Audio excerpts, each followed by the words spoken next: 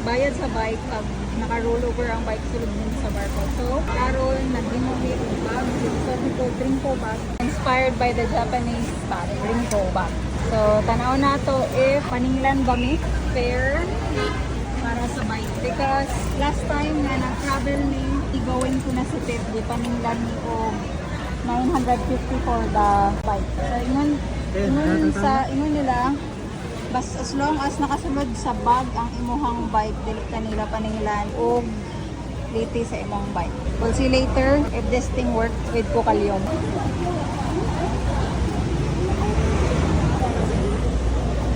Okay na lang.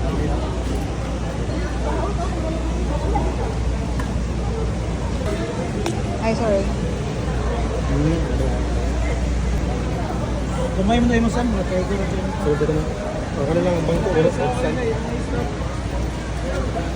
Okay. So this is how we do it. Alright.